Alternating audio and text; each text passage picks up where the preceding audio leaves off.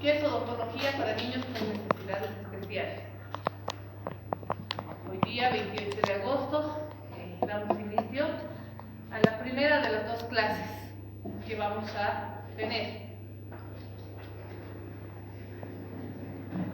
Bueno, ya creo que la mayoría ya me conoce, soy la doctora Mariela Herrera, docente de la Cátedra de Integral Niños.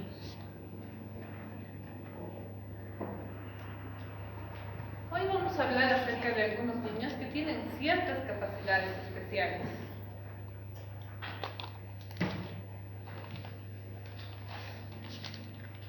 ¿Ustedes conocen a algún niño con síndrome de Down? ¿No? Ya. Hoy día vamos a hablar acerca de, vamos a empezar con el manejo de los pacientes con síndrome de Down. Este síndrome de Down es una alteración genética por la presencia de un cromosoma extra.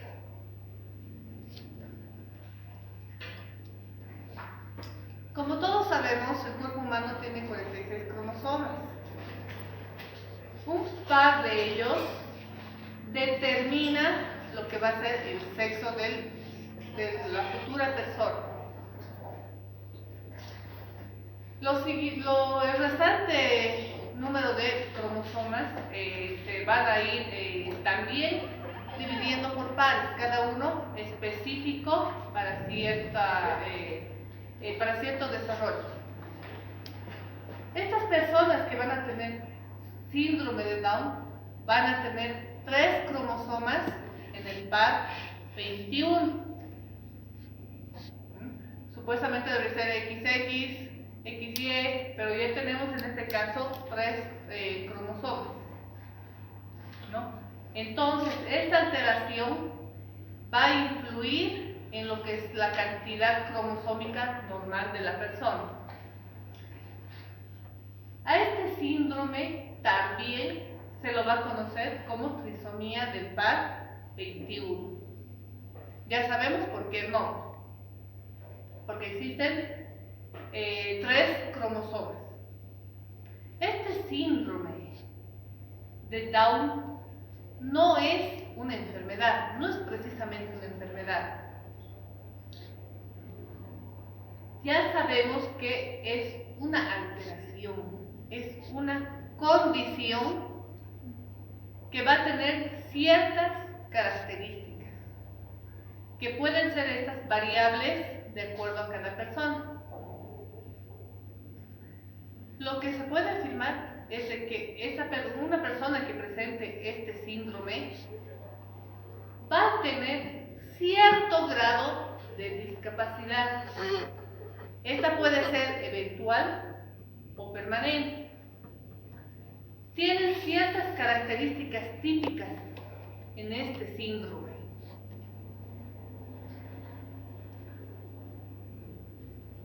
Seguramente ustedes han debido tener la oportunidad de ver a una de estas personas en la calle, y es bastante común ver estas personas. Entonces, tienen ciertos rasgos, ciertas características que los hacen similares. ¿Sí o no? ¿Han podido ver eso? Sí, ¿verdad?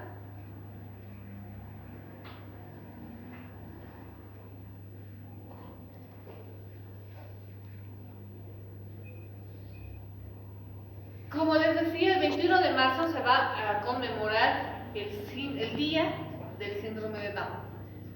La Organización Mundial de Salud ha determinado que ese día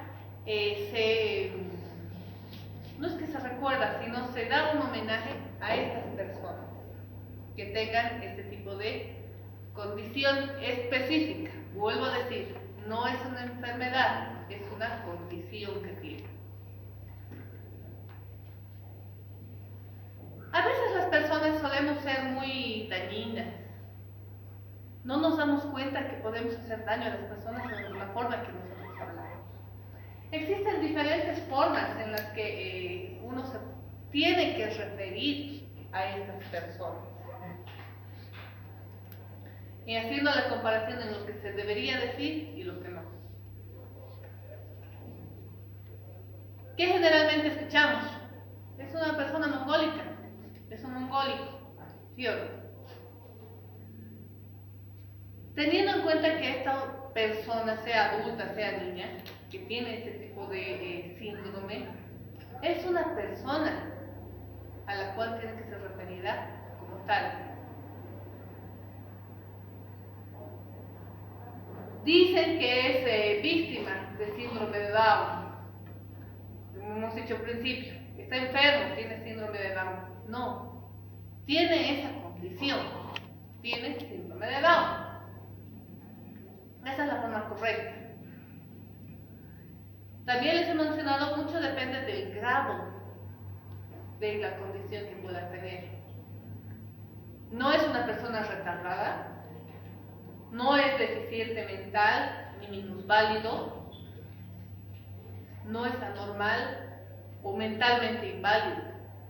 Si hablamos de una condición,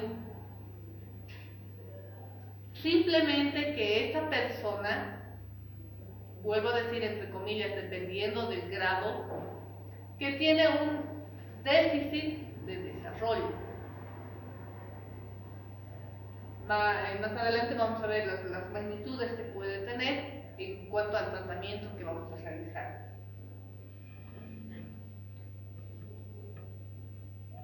Entonces, si no es retardado, no es deficiente, no tenemos que hablar de enfermedad, no tenemos que hablar de minusvalidad, sino como condición genética.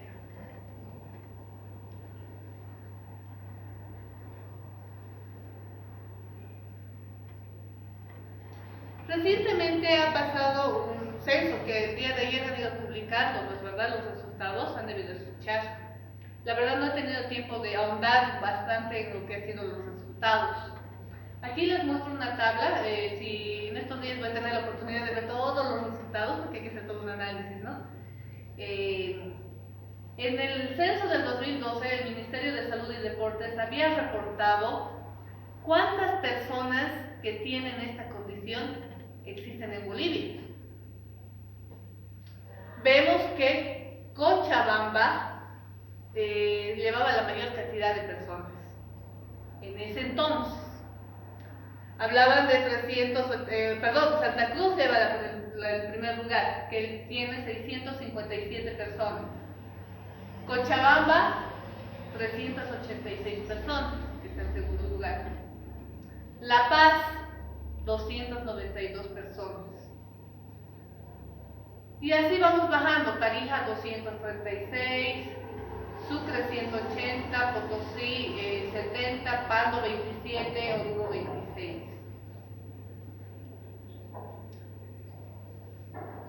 Entre Santa Cruz, Cochabamba y La Paz es donde existe mayor cantidad poblacional. Eso sí he logrado ver en los resultados y seguimos manteniendo. Es por eso que existe mayor incidencia de personas que habitan en cada departamento. Me imagino que para estas fechas, estamos hablando después de 12 años, debe estar casi duplicando, porque se ha vuelto cada vez más común esta condición en las personas. Entonces tenemos aquí un pequeño parámetro. Ya voy a revisar en estos días y lo voy a subir a la página web que tenemos el código actualizado, ¿ya? Porque recién han salido ayer algunos datos. Pero es una gran referencia ahorita la que se tiene, ¿no? Si ven, los niños tienen casi la misma característica. La forma de la cara, los ojos, la actitud. Estos niños son bastante resilientes, son bien alegres, sonrientes, si es que hemos tenido la oportunidad de ver. Si hablan con ellos, si bien no se van a entender, siempre tratan de sonreír estos niños.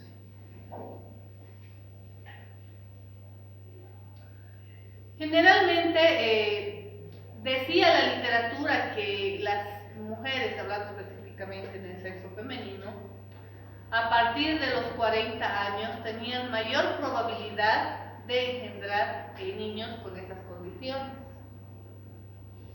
Esa era la literatura que encontrábamos.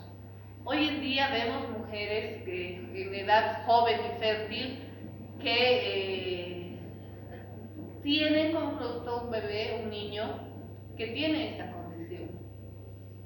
Cuando vayan ustedes al centro de salud van a ver que ya la regla de que las mujeres de mayores de 40 años solamente podían tener hijos con síndrome de Down ya no está dentro de esos parámetros, ha ido modificando. Hay muchas cosas que pueden influir en este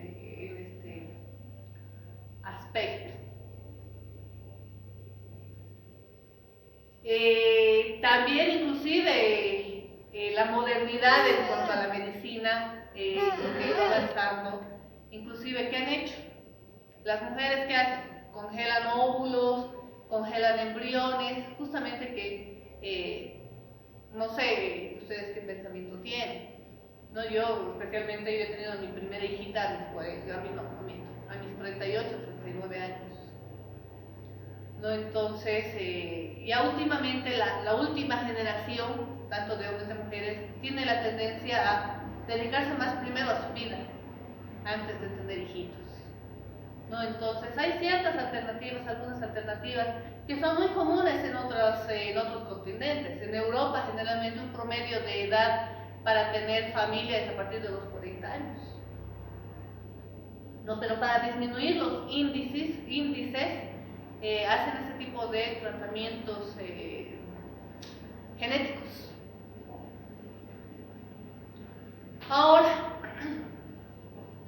si bien esta condición no es enfermedad, hay ciertas características y alteraciones que también podemos ver a nivel de calidad oral. Puede haber alteraciones en cuanto a la cronología de erupción, puede haber alteraciones en cuanto a forma, de tamaño.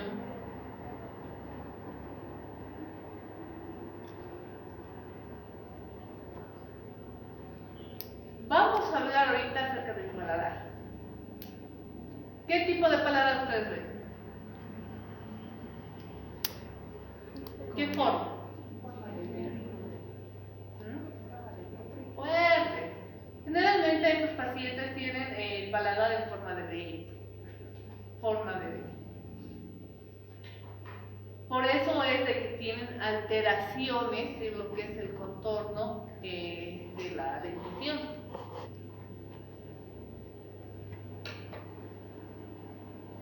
¿Qué otra característica más pueden ver?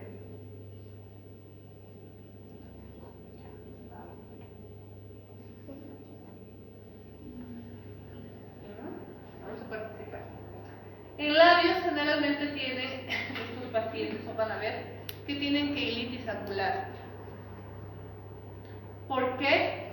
Porque no tienen un buen cierre labial. Generalmente el labio inferior tiene la tendencia a ser evertido. Por eso es de que se le va formando la queilitis. Después, también tiene la tendencia de ver los gránulos de Corvallis. En los labios generalmente vamos a ver esa característica. En cuanto a la lengua, ¿qué forma de lengua ven? ¿Qué tipo de lengua ven ustedes? En primer lugar, un paciente que tenga síndrome de Down tiene macroglosia. Todos los pacientes van a estar con macroglosia. Tiene una lengua escrotal. Escrotal. ¡Ay! Ya. Se me trabó mi lengua. Se me lenguó la traba.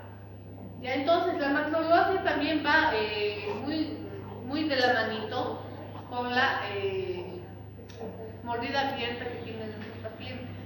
Por eso es que tampoco tienen un cierre perfecto del labial, por el tamaño de la lengua que tienen. Los otros pacientes cuando duermen, generalmente duermen con la boquita abierta y la lengua fuera.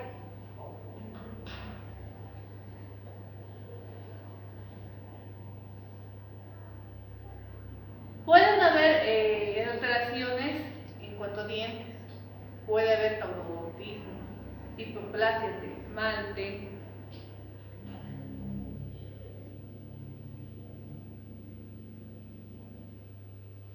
pueden ver que puede existir también macrodoncias, especialmente del sector anterior superior. Estos pacientes tienen generalmente baja incidencia a caries por el pH salival que tienen. Evidentemente, por la forma del paladar van a tener alteraciones dentarias, ¿verdad? No van a ver a ningún paciente con síndrome de Down con una dentadura perfecta. Los pacientes pueden tener presencia de gingivitis. ¿Por qué? Porque tienen un aseo deficiente.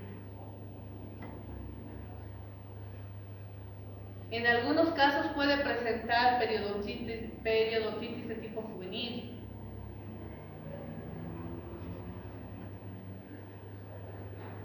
Generalmente estos pacientes, los que no tienen la costumbre de ir a consulta dental, tienen bastante placa dental, tienen halitosis, que conllevan a enfermedades de periodontitis. En este caso, por el tener la boca abierta, va a haber disminución de flujo salival, que también es un condicionante a que haya problemas gingivales.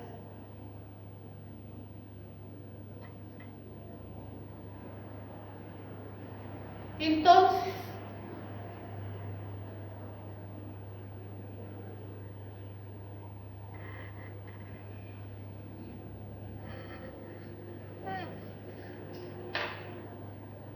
por las características antes mencionadas, sí hay problemas de oclusión.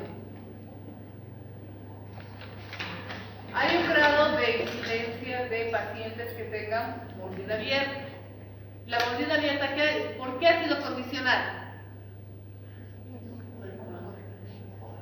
Por una macroglosia.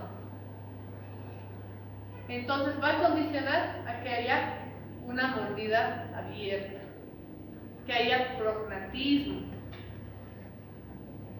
Algunas veces se puede ver una clase 3 esquelética en estos pacientes.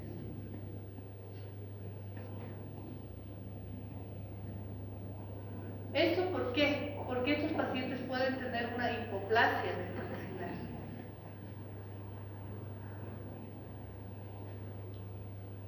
Tiene la tendencia, especialmente en los pacientes más pequeñitos, a meter la manito a la boca.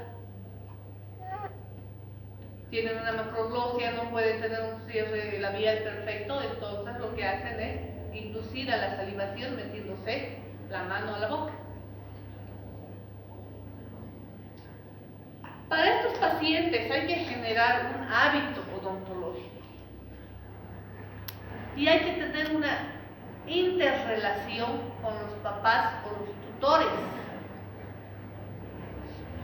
El trabajo tiene que ser muy de la mano. ¿Y eso qué hay que hacer? Hay que capacitar a los papás. Porque un paciente con síndrome de Down, dependiendo, hay pacientes que te van a entender cómo tiene que ser la técnica de cepillado. Otros pacientes son los pequeños, no te van a entender. ¿Y quién va a hacer la supervisión? Van a ser los papás. Quienes tienen que aprender a cómo cepillar los dientes de sus hijos o de la persona a quien están cuidando son los tutores.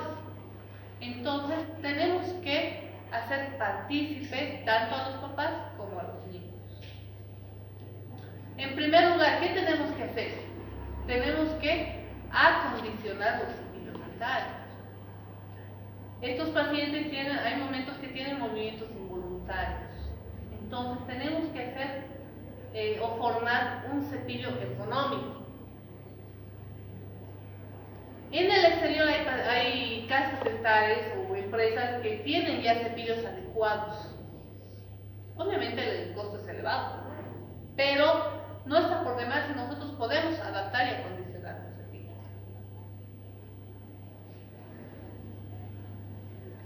Aquí tienen el ejemplo de cómo se los puede acondicionar. convencional. En las piñatas, generalmente nos regalan, ¿no? Esas pelotitas chiquititas que son bien suavitas. ¿Sí o no? Todos hemos debido ver esas pelotitas. Se hace una perforación y se introduce el cepillo. Entonces, el papá va a tener mayor sujeción para poder hacer la técnica de cepillado. Obviamente el niño está mirando hacia el frente y el papá está por la espalda del niño y le está siguiendo la técnica de cepillado. ¿Quién reconoce qué es esto?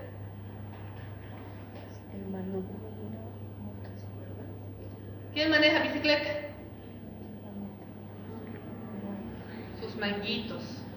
Entonces, lo que podamos ver que nos pueda adaptar, nos pueda ayudar a que tengamos mejor sujeción del cepillo dental, lo usamos. En la piscina, ¿han visto los churros que le llaman? Como esponja que les ponen a los niños que están aprendiendo a nadar. ¿No es verdad? Un así largo, un tubo largo.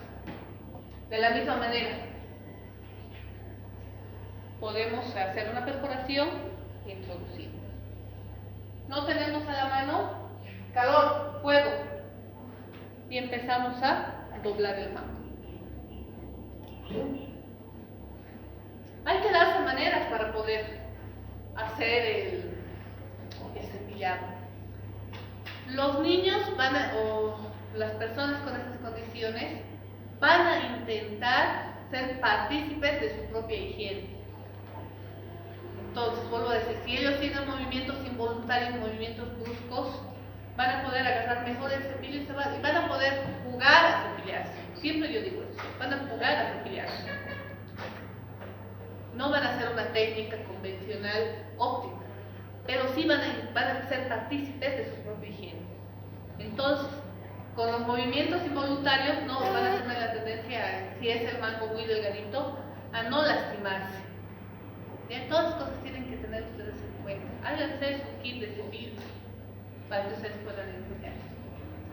¿Qué técnica cuál es la técnica más sencilla que podemos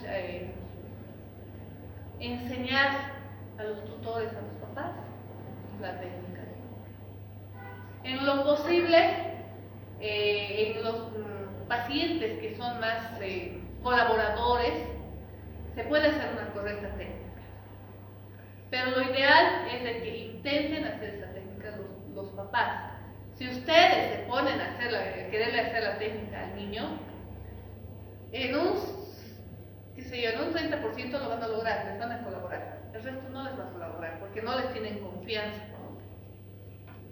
Entonces, ustedes agárrenme la mano al tutor, al papá y enséñenle cómo tienen que cepillar al paciente.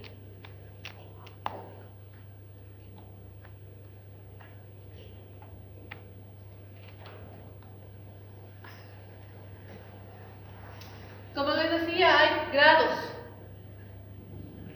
en estos pacientes.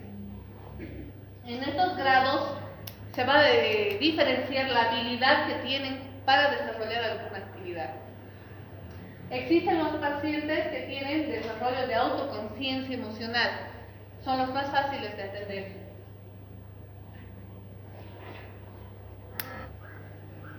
Hay que tratar de ser más empáticos con estos pacientes, socializar con estos pacientes. Los pacientes que vayan el día que vayan a su consulta, ustedes traten de socializar con ellos. ¿Cómo estás? ¿Cómo te sientes? ¿Cómo has estado ayer? ¿Cómo estás hoy día? Hablen, interrelacionen con sus pacientes. Pueden utilizar las caritas, el esquema de caritas que tenemos, ¿verdad? Que desde odontopediatría les hemos ido enseñando, para ver en qué nivel, en qué grado están, en qué grado se sienten esos pacientes en el momento. Los pacientes que hay que promocionar lo que es su autocontrol y lo que es el manejo de ira. Estos pacientes ya se van complicando un poquito en atender. No es difícil, pero hay que aprender a controlarlos. Habrá que enseñar a distraerlos para que puedan modificar su rabia. Hay bastantes técnicas de relajación, últimamente musicoterapia, etcétera, que nos pueden ayudar a que este paciente pueda mejorar su actividad, en este caso la participación y la colaboración dentro de lo que es la atención dental. Tenemos que saber explicarle al paciente qué es lo que vamos a hacer, qué le estamos haciendo, cosa de que no se sorprenda, les va a entender, pero tienen que ustedes saber explicar, decir, mostrar, hacer, genial, ideal para estos pacientes. Tienen que tratar de que estos pacientes se comuniquen con ustedes, ¿ya? Y que puedan llegar a poder ser amigos de ellos.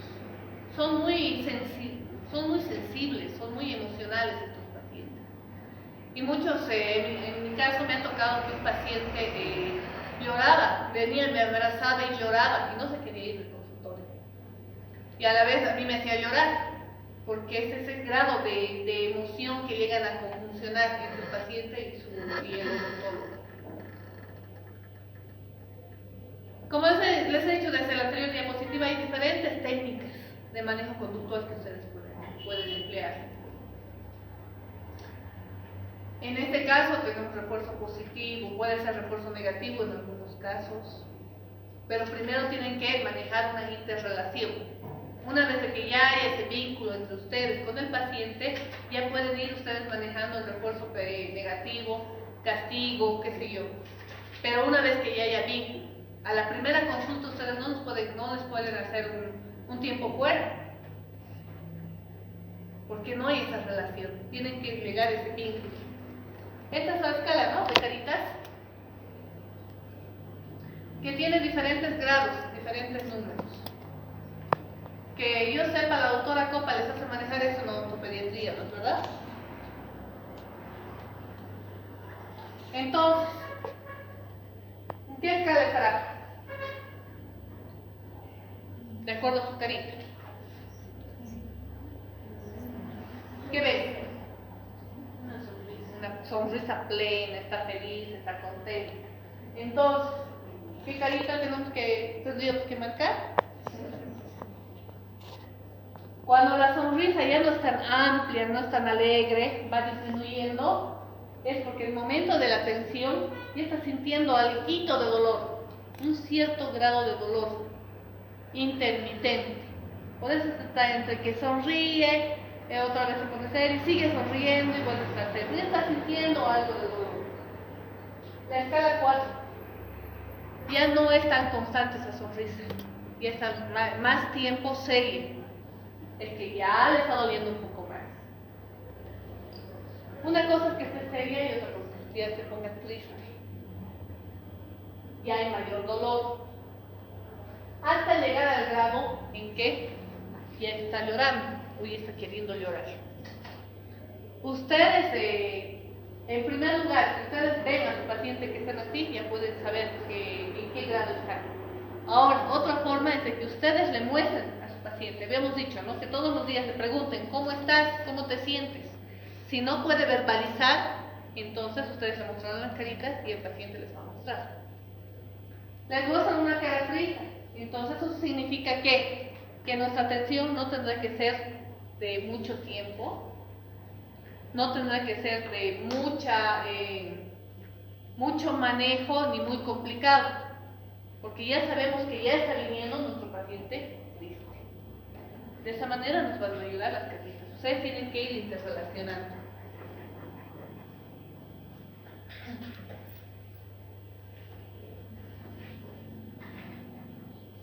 Volvamos a hablar entre mitos y realidades de estos pacientes.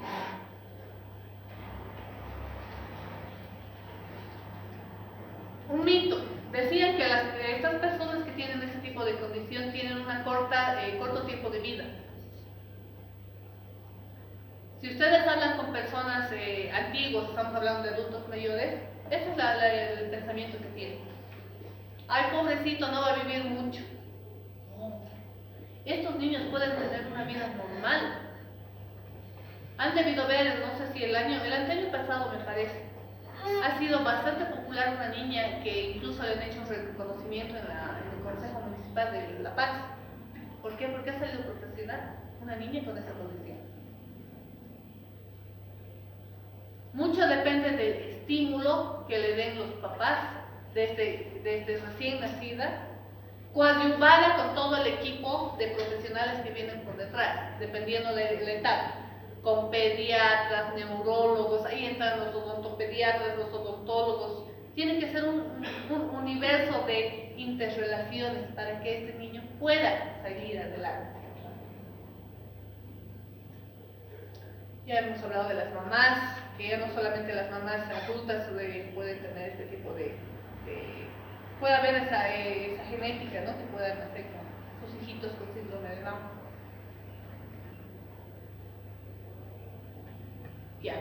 Les he dicho también al principio, estos pacientes tienen ciertas características que son similares entre ellos, ciertos rasgos faciales especialmente que son bastante parecidos.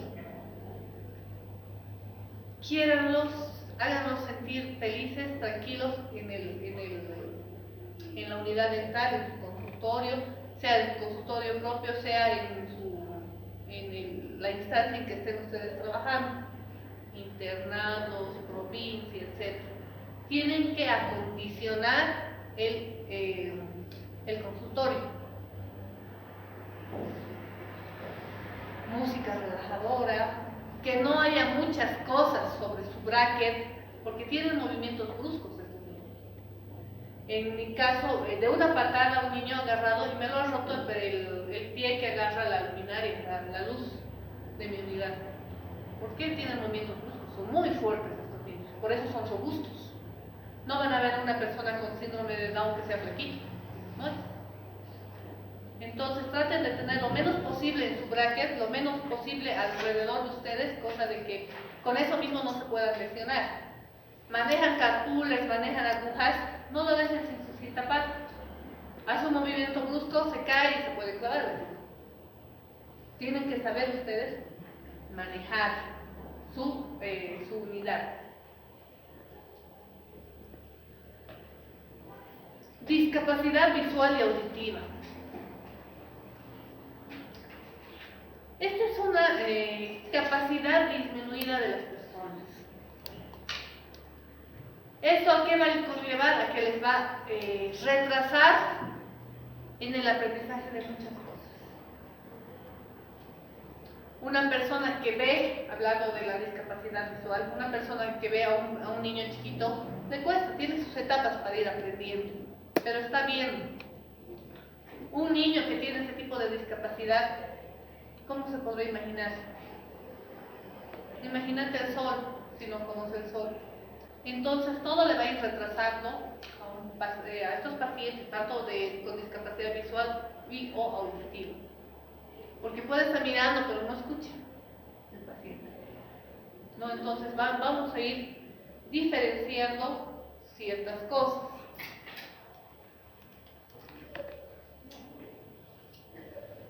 Estos pacientes, como les decía, van a influir bastante en su comunicación individual.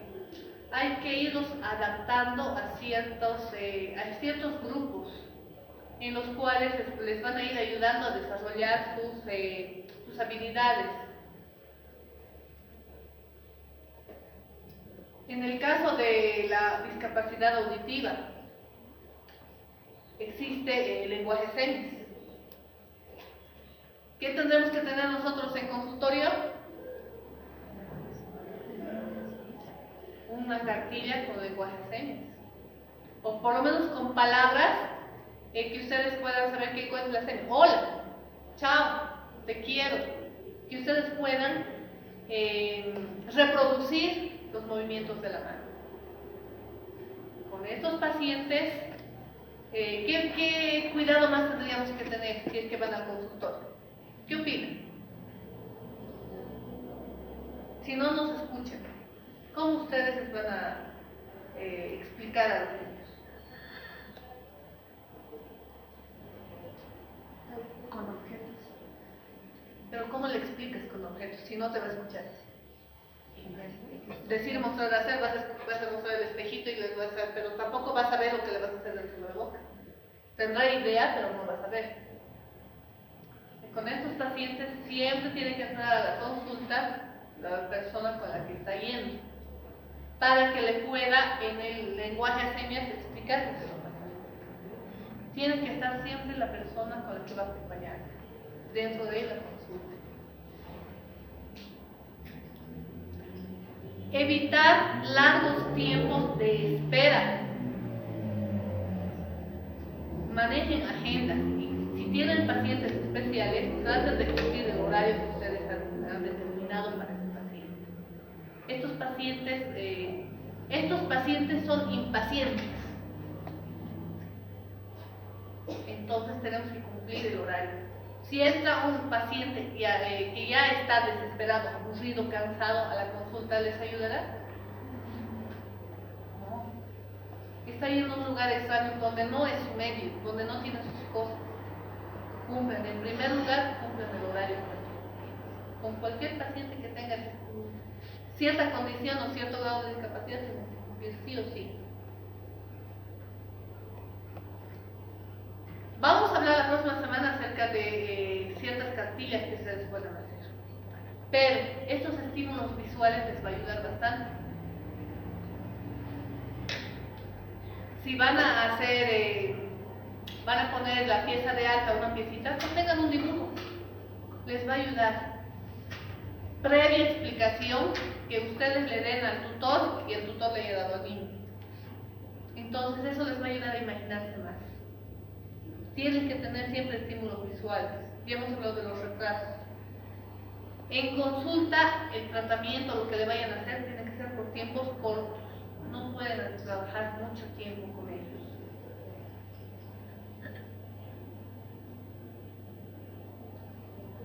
A su vez, cada instrumento que vayan cambiando, vayan mostrándole para que sepan lo que están poniendo a la boca.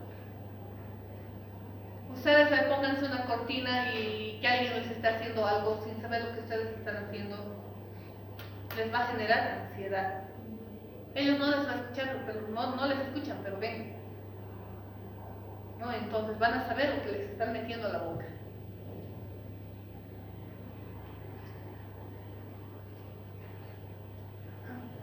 Ahora, un paciente que tiene la discapacidad visual, que no ve, o como vulgarmente les dicen las personas ciegas, ¿no? Porque es un término muy crudo.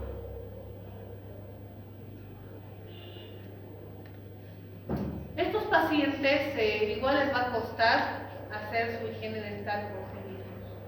No pueden ver. Nosotros nos vamos al espejo y vemos lo que nos estamos cepillando. Entonces, con estos niños tenemos mayor índice de riesgo a caries. ¿Quiénes van a ser los que nos van a colaborar? Los papás. Estos pacientes nos van a escuchar, les vamos a explicar, tienes que hacer así, así, así. Van a introducir el cepillo dental en tus dientecitos, cada 2 si sientes, pues, le vas tocando los dientes, este es un diente, 2 dientes, 3 dientes, 4 dientes, 5 dientes, ¿sientes? Sí. Entonces te van a ir cepillando primero 2 dientecitos, después 2 dientecitos, después tienen que ustedes ser bien imaginativas o imaginativos en el momento de explicar lo que le van a hacer a este paciente que no ve. En muchos casos hay niños que nacen ya con esta discapacidad visual, con la falta de la visión. No se pueden imaginar. Ustedes tienen que ser imaginativos que puedan explicar a este paciente. Estos pacientes, si no ven, escuchan. Y si ustedes tienen movimientos bruscos, si en su consulta ponen, qué sé yo, a él le gusta el rock y está con su música estruendosa ahí, ¿ven? Ese paciente, ¿qué va a hacer?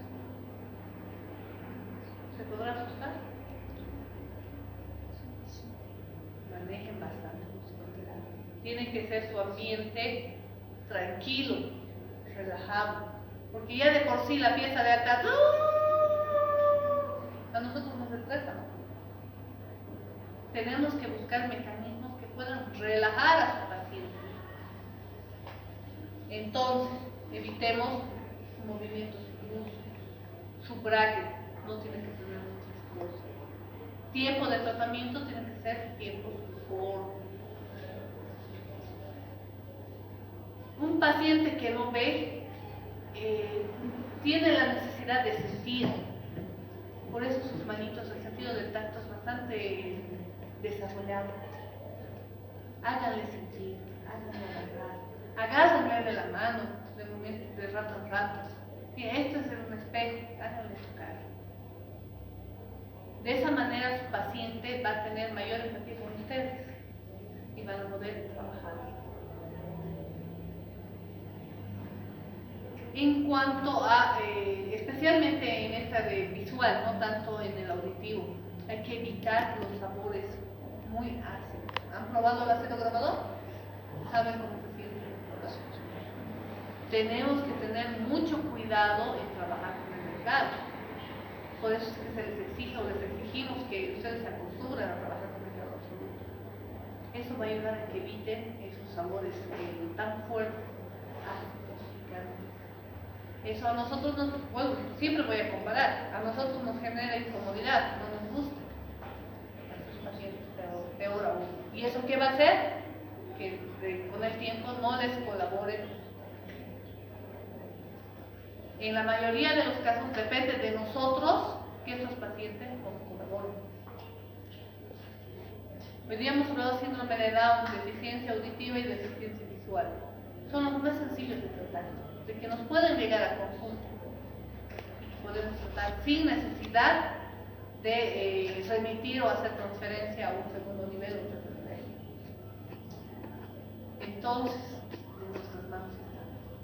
La próxima semana vamos a hablar ya de pacientes con condiciones más complicadas, en los cuales si nos llegan a tratar historia queremos que se retire. Pero bajo qué parámetros se remite, qué tienen que hacer, qué no tienen que hacer, todo eso lo podemos hablar. Ya jóvenes.